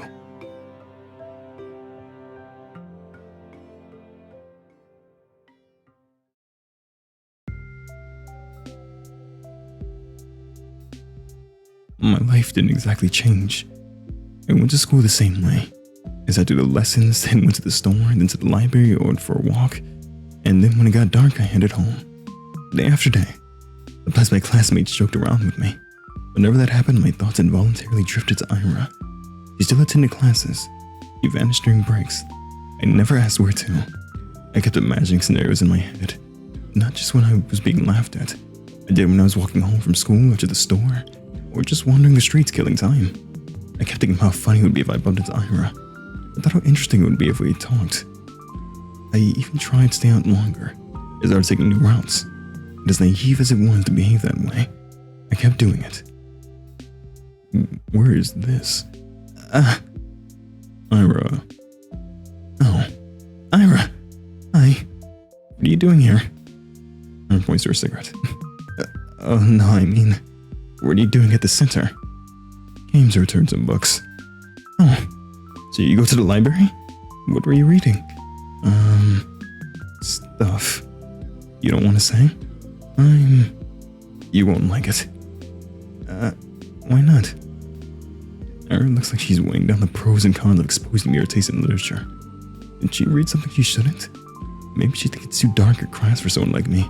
It's kind of unfair though, isn't it? You know, the other week I finished The Plague by Camus, or Camus. Never read it. It's about a physician trying to save a town from an epidemic. It's very visceral, but I enjoyed it a lot. Not sure I agree with the message though. Yeah? What was it? It was, basically it's that evil is an inherent part of life. You can try warding it off, but it'll never be for good. Be gone for good, did it say? Oh, the long. It'll never be for good. I got that right. And even if you do things in times of crisis, there will always be some greater forces spiking your guns. Yeah, sounds about right. I guess there are some okay people in the world, but there's a lot more dirtbags. Really? That's a pretty depressing way to look at it. And that's how it is. I don't know if I agree. At least I never met someone I'd call a dirtbag. You serious? Garen's right there. Garen, well, he's not that bad. Really, I don't think he means it. I'm sure everyone is trying the best they can. Most people wouldn't want to cause anyone pain, right? I actually, I think that's something Camus and I agree on. Yeah, right. If everyone's so nice, where's all that greater evil coming from? You think it's some natural phenomenon? No, of course not. There are things we perceive as painful in the moment, and there are really horrible, awful things happening every day. But I don't think it's right to call them evil. Evil's intentional. Those things don't come from bad intentions. Sadness, loneliness, misunderstanding, fear. But not evil. There was this famous judge. Dionysius? Something? From ancient Greece. I know that name too. I forget how to pronounce it. Is it Dionysus? I think. Anyway, he said evil is not a being, or if it were, it wouldn't be totally evil. Evil has no place among beings. Okay, so Hitler's not evil. That's a rather extreme example, but it's not like he was born that way, was he? I mean, it wasn't his natural quality.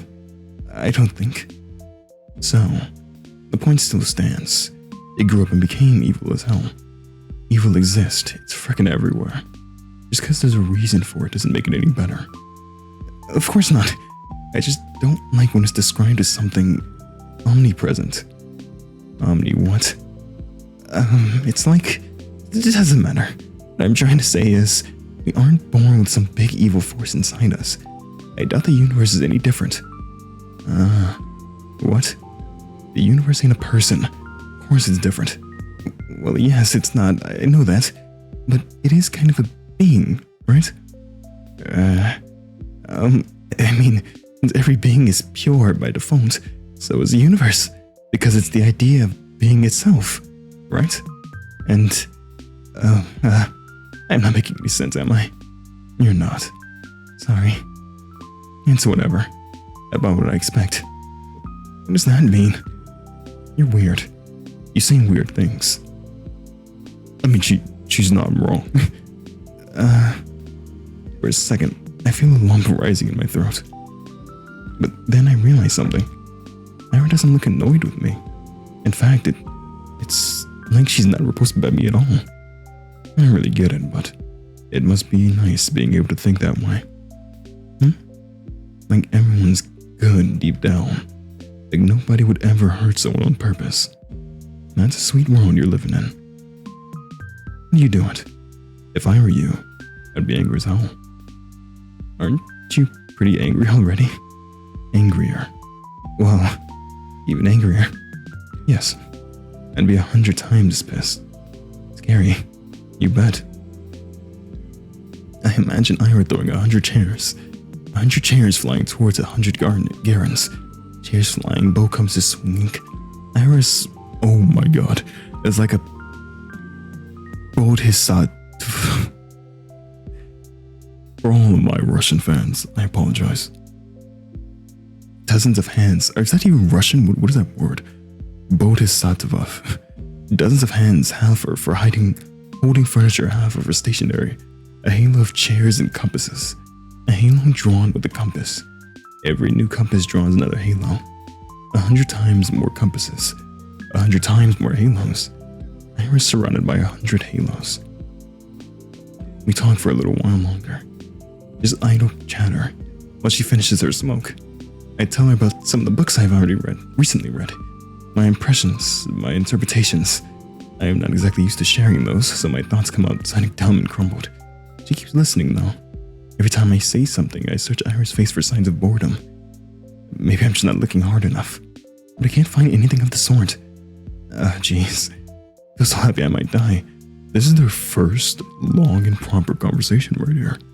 This is truly their first long and proper conversation they've had. I gotta go. She puts out her cigarette butt.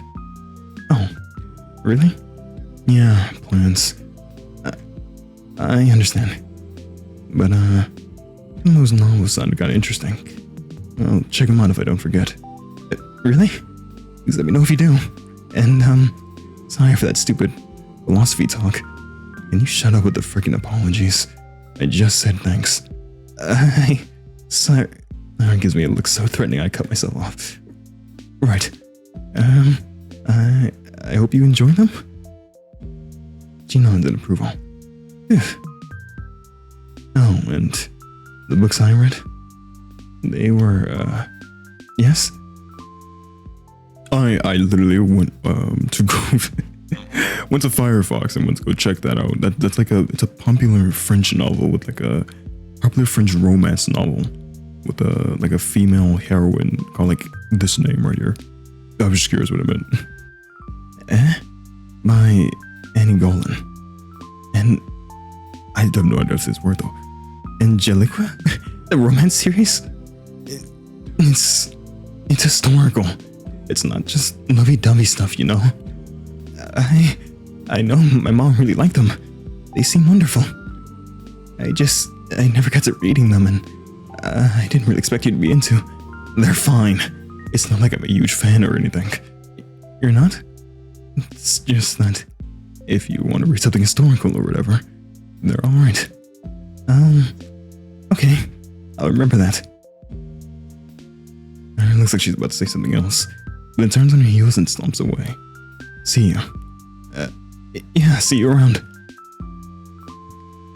Ira disappears down the street. Am I the only one that would love this kind of anime? This is just really cute. This is really adorable. There she goes again. My body leans against the frigid wall. My legs are weak. We talked. Ira and I really talked. I never would have guessed. He was even nicer than I imagined. And I had no idea. So, she likes books like that, huh? Ira likes novels like that. So wonderful. It's really, really wonderful.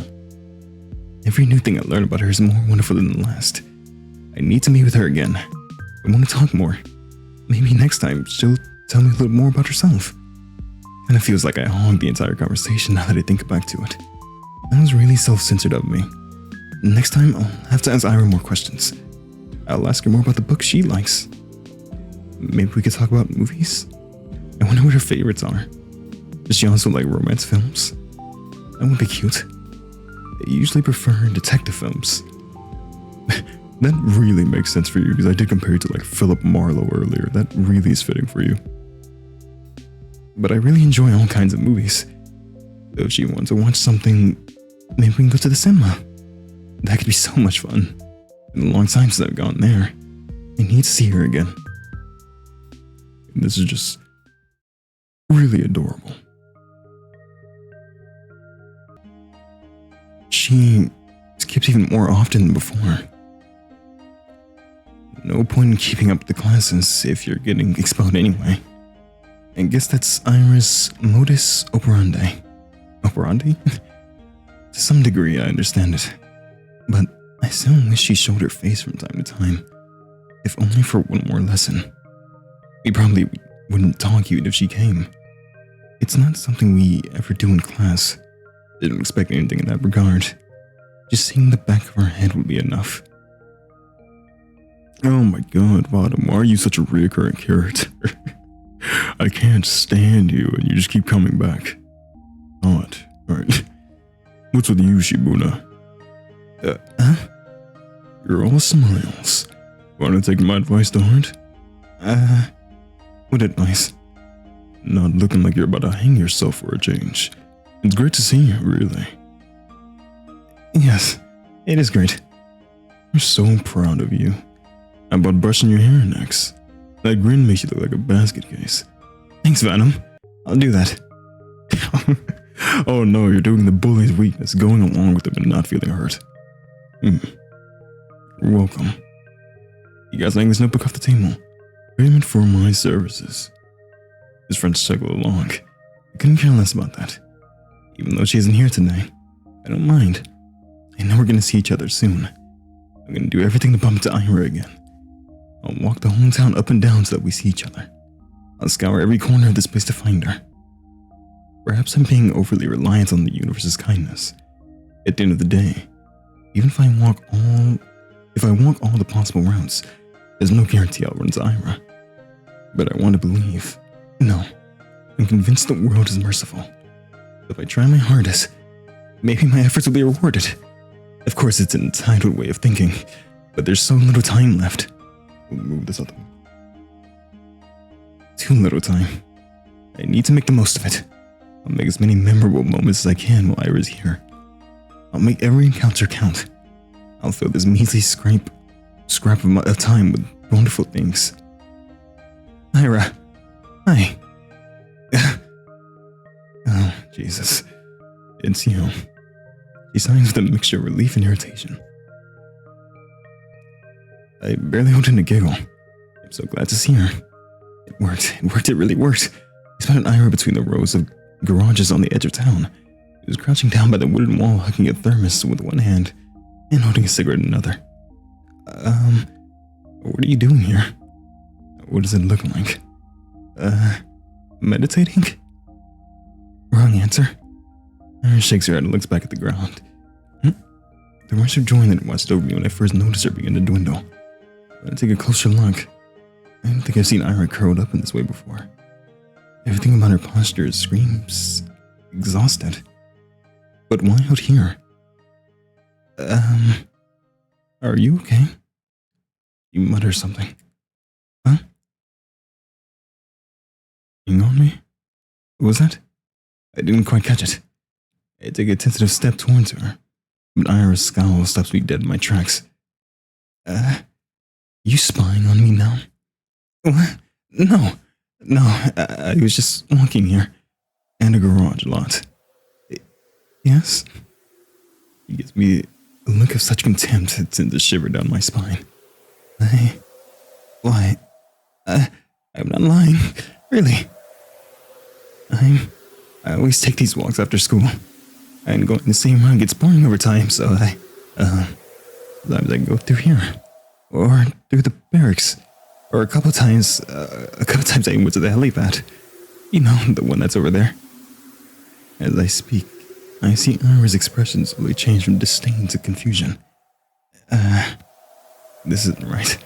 We talked so nicely just a few days prior. Why then? Did she hear something bad about me? No, I don't think she'd believe a word of Garen's. I mean, I usually stroll along the main street, or near the community center. But it'll get colder soon, you know? So, it's better to enjoy the outdoors while you can, right? I just keep speaking hope that she'll stop being mad at me. I need to keep going. I need to keep talking. That's what I wanted to do with her.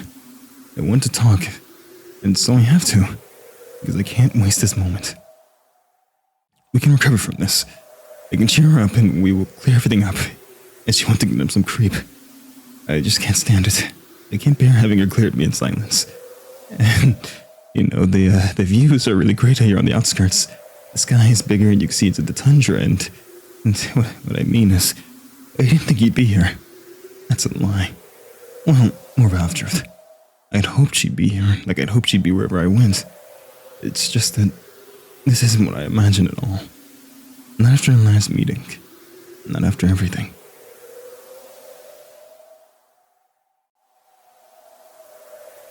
She's just staring at me. For a moment her eyes soften, but then she closes them as if just looking at me was wearing her out. She takes a drag and then turns away from me. God. Can't I be alone for 5 minutes? I'm sorry. I wait for her to respond to something like, where you apologize again, cut it out, or even just whatever, it's fine. She doesn't say anything. I'm sorry. I'll be going then. Bye. Silence. I walk away. Oof. That one stung. It one hurt. Cold wind blows in my face. The mounds of snow on garage roofs look smooth and soft. When blizzards hit, they'll get completely buried. I'd like to have a snow hill for home over me too. It look cozy. Actually, I wonder what Ira carries in her thermos. I guess tea would be the obvious answer. What if she's one of those people that like to have some warm soup with them? That'd be cute. I should have asked her about it. I feel like I'm gonna cry.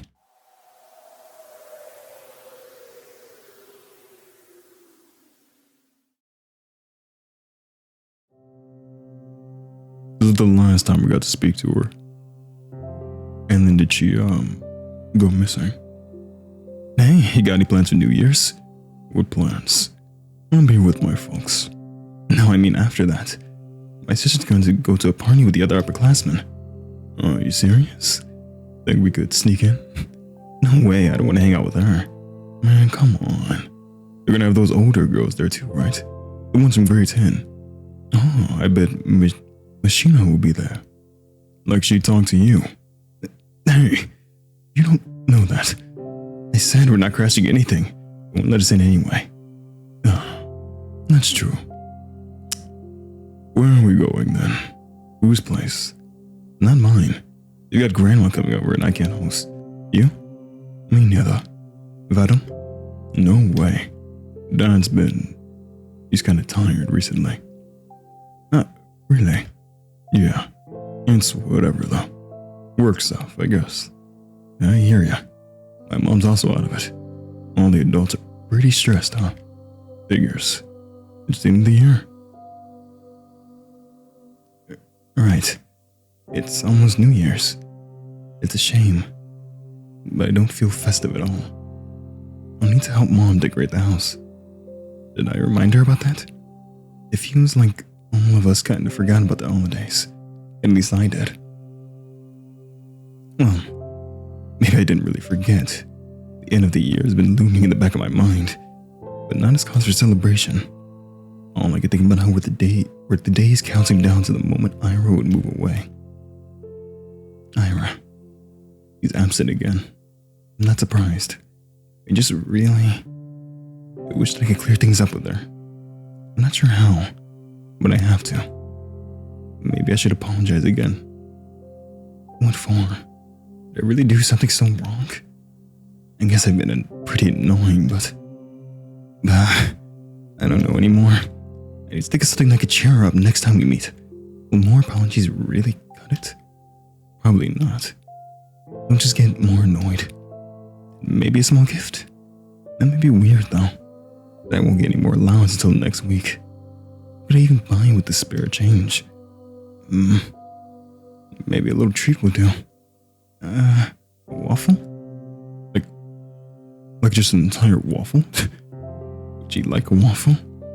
Could you imagine you're getting like a gift from someone and they just hand you a piping hot waffle from their pocket? Would you eat it? What the heck? He's not a freaking dog. Dogs shouldn't eat waffles either. Why does my mind always go to some weird place with her? Just shut up. Focus on something else. It's just so difficult to do these days. Difficult. But I've got to try. Inhale. Exhale.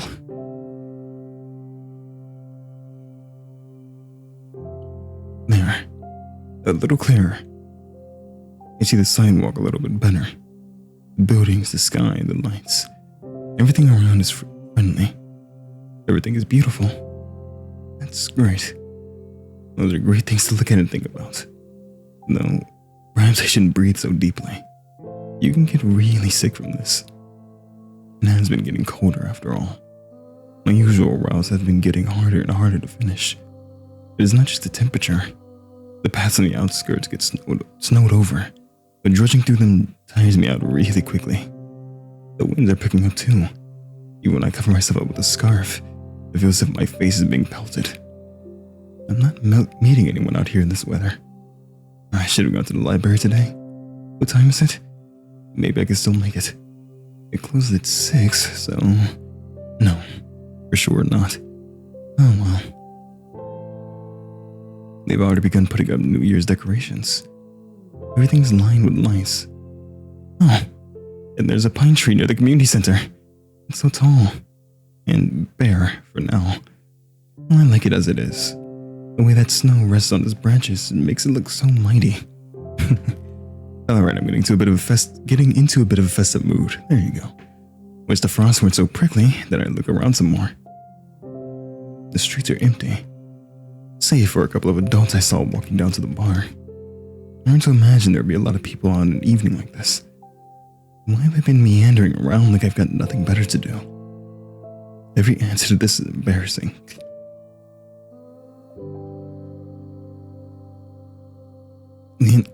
This is the first time we're actually in our house. The inside of our apartment block is warm and muddy orange. There's no elevator. But then again, it's only 5 floors. I make my way upstairs. An idea is forming in my head. An obvious solution to the problem I've been having. It's perfect. I have the perfect plan for the evening. There's our door. It's kind of uninviting. I mean, this entire apartment looks miserable. But that's just my opinion. But Dad's guests find it quite welcoming. Though, judging by how quiet it is, I turn the key and enter. And the only sound is the faint muttering of the TV coming from the living room. Yes, thank God, no visitors today. I hang my wet coat up to dry, take off my shoes, and quietly go down the corridor. Hi, Dad. Hello, daughter. I even stopped to peek into the room. I don't see anything I haven't seen before. At least tonight seems like it'll be calm. What is our dad doing? I wash my hands. When I exit the bathroom, hear a soft voice from the kitchen. Out with friends again? Mm-hmm. Hi. Mom nods her head, staring in front of her. She's smoking again. I go and open the window to turn on the light. She squints from the sudden brightness. You want some tea? I'm setting the kettle.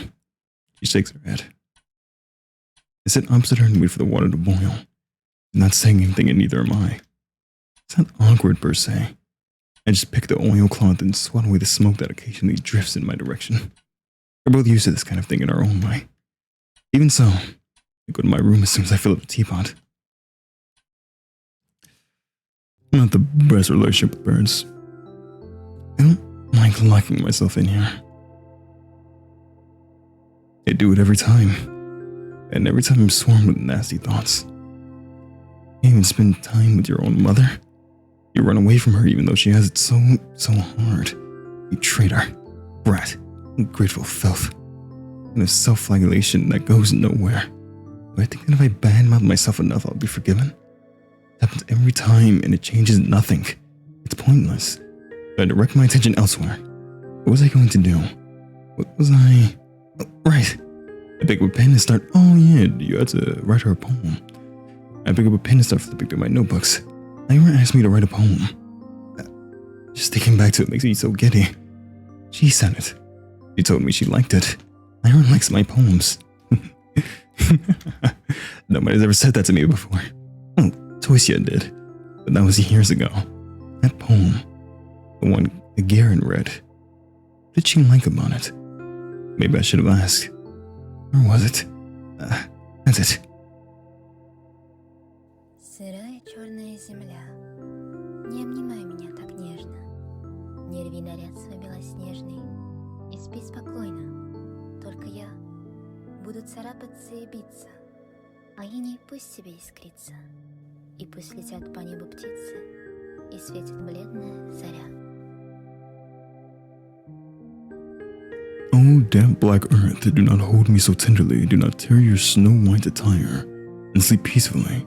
I will scratch now and beat, but frost will still glimmer, and birds still fly across the sky, and a pale dawn will still shine. Quite beautiful. It's so lame. I can't blame them for laughing. And then Gavin was too nice. Garen, but at least she liked it. For some freaking reason, Ira liked it. But maybe it's not all bad. Maybe I can make something worthwhile. At least worthwhile in Ira's eyes. It's all I really need. She got angry at me the last time I saw her. I don't know why. I mess up a lot. I really mess up a lot. I doubt she was in a bad mood because of... Muted my mic. But, I definitely didn't help. But now I will. If I do this, she won't be so mad anymore. I've been really trying since that day. The day she helped me with the diary, I mean. I've been trying, but I just can't get the words to flow right. Today, though, I really want to do this today. I think I can do it. I'm like a kid that only does their homework when their parents yell at them. I don't even know when she will show up to school again. Bumping into her on the street is a tough bet, especially with this weather. Well, I'll try anyway. I've got nothing to lose. It's the worst case scenario. Appreciating gorgeous scenery? Oh, heaven forbid. I'm gonna enjoy this to hell and back. And when I hand the poem to Ira, then it will all be worth it.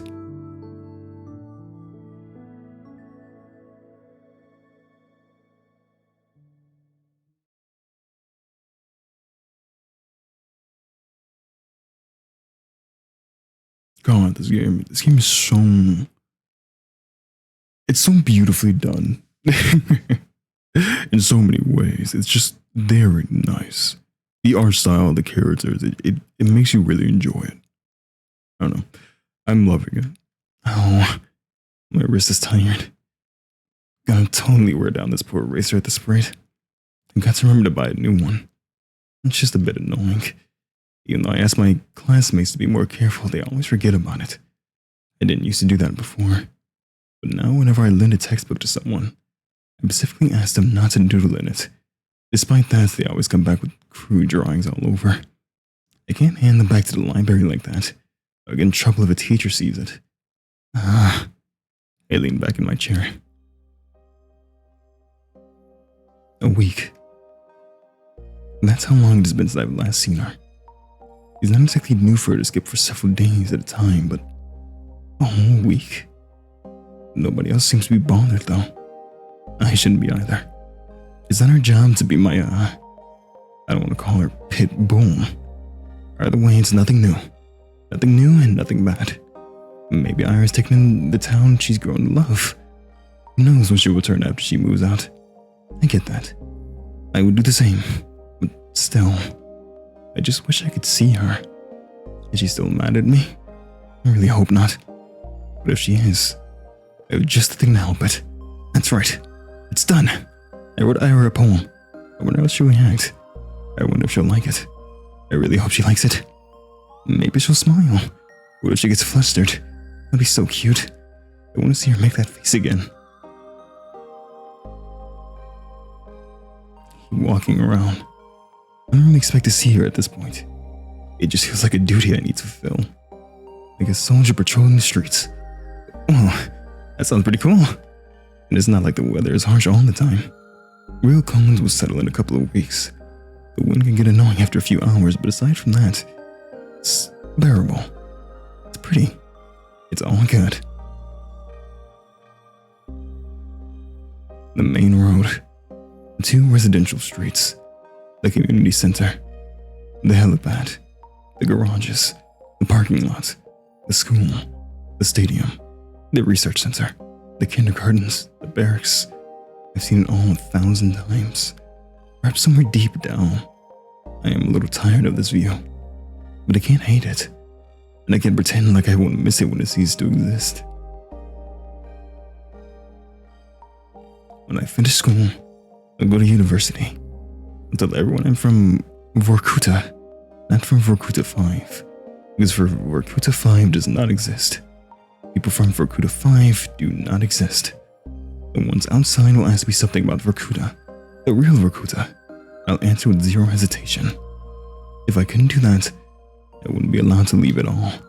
To leave Vorkuta 5, you have to deny its existence. I have to deny its existence no matter how much I want it to exist. I have to deny. I have to.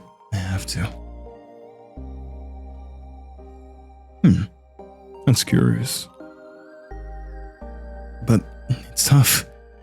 So tough that I'm not sure I'll ever manage. Realistically, I'll probably slip up and blurt out something incongruent. I do slip up a lot. I hope I'll get better at it by then. Maybe I should stop. I lower my scarf and take a big breath. Ouch. I'm seriously gonna catch a cold from this? Bah.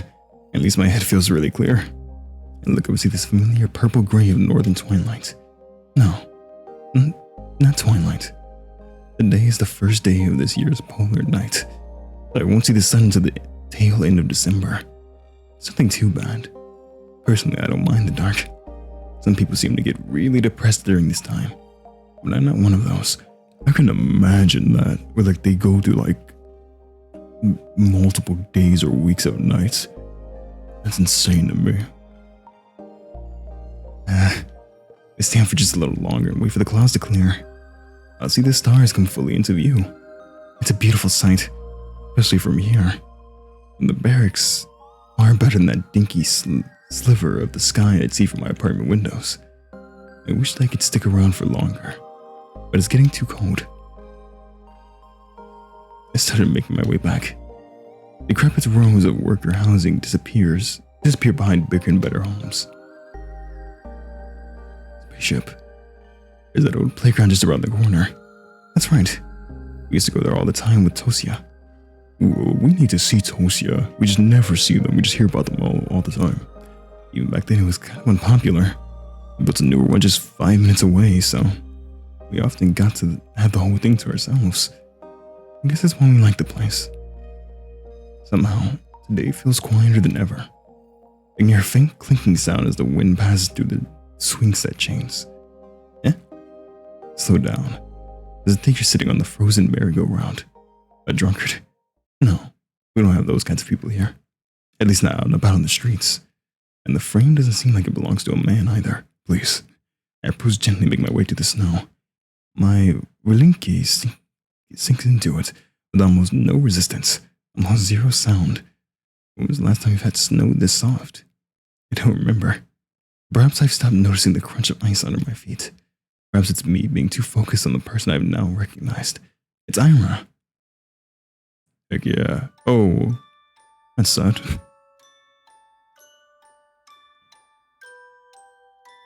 Hunched over, elbows on her knees, hood down despite the cold. Her hair is tangled, half wet from the snow.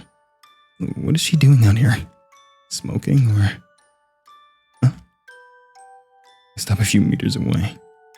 Ira is letting out quiet, gasping sobs. Ira? He looks up fast, as if jolted awake.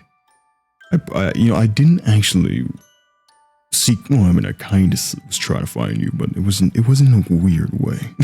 It was in a very normal, sane person way of trying to find a friend. Eyes red and puffy, face raw from wiping at it with her sleeves. There's a bit of snot on her upper lip. What? What do you want? I don't know what to answer. What do I want? I like thinking about how I've never seen a person look so small. Ira swipes at her eyes again, then stands. She stumbles a little, trying to regain her usual posture. What? Another one of your hangout spots? Damn creep. Her voice cracks halfway through. Well, enjoying the show? I slowly shake my head. No, I just saw you. Ira rubs her nose on her sleeve again. Her hands are shaking. Go back to wherever you came from. Go home, Asya. This isn't for you. I take a small step forward. I want to say something, anything, but my head draws a blank. Before I can squeeze out a single word, Ira turns around and stumbles through the snow, away from the playground. I can't even muster the courage to call onto her, let alone follow. I simply watch as Ira vanishes into the alley. If not for her footprints, I believe she was never even there. The snow keeps falling. A feeling I've long forgotten swells inside me. I've learned to not acknowledge it, but got buried many layers deep. The hollow space inside my chest grows darker. The sky is full of pinpricks. The world is looking down on me, but not in the way other people do. It's kind and gentle, and I don't feel small under its gaze. Its eyes are pure and tender.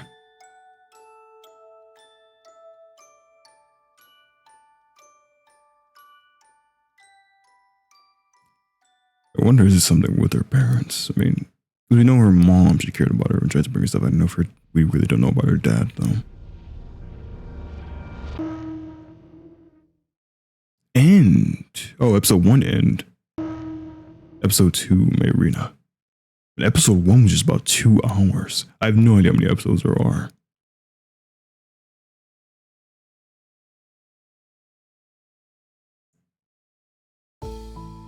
Oh. December 19th. What is this? The inside of Z.A.T.O Cafe is warm. I think I got that right. I'm going to leave you on a bit of a cliffhanger with that. I'm actually going to leave this here. Because I thought I was going to beat this entire game in one episode. Because I was like, that was a plan. I was like, yeah, I mean, it might be long, but like, I'm okay with beating this all in one go. This game is about like 7 hours from what I've seen, actually. This game is, and I don't want to make a 7-hour video. Because I know nobody would really want to sit through all of that. But yeah, this game's actually quite long. I'm really interested in the story then. I don't know how many episodes there are in total. I just know it's either about 6 or 7 hours. So it might be fine to do an episode per video. I think that might be a good stopping point. If there was like 4 episodes, and I do 2 episodes per video. But I have no idea how many there is. So we're just going to stop on this right now. Because there might be 3 or 4. But yeah. I adore this game. This game is so interesting to me. It's not your traditional horror. It's like more of a psychological horror, I guess you could say. But just, I won't go into it too much because obviously we have a lot more to go, but I'm really loving it. Essentially, that's just my main takeaway from it. I am really loving this. I'm so upset I didn't get to this sooner. Like, this is amazing. And I'm sad I haven't seen this around more. Yeah, I don't know. I think this game is absolutely incredible. I think the art style really brings life to the characters. The characters in themselves are just very interesting, and it makes you want to learn more. And the music is also great as well. I won't gush about it too much, though. I won't yap your ear off because I know it's only the first episode of this. But yeah, as always, thank you all so much for watching. I sincerely appreciate you all. And farewell for now.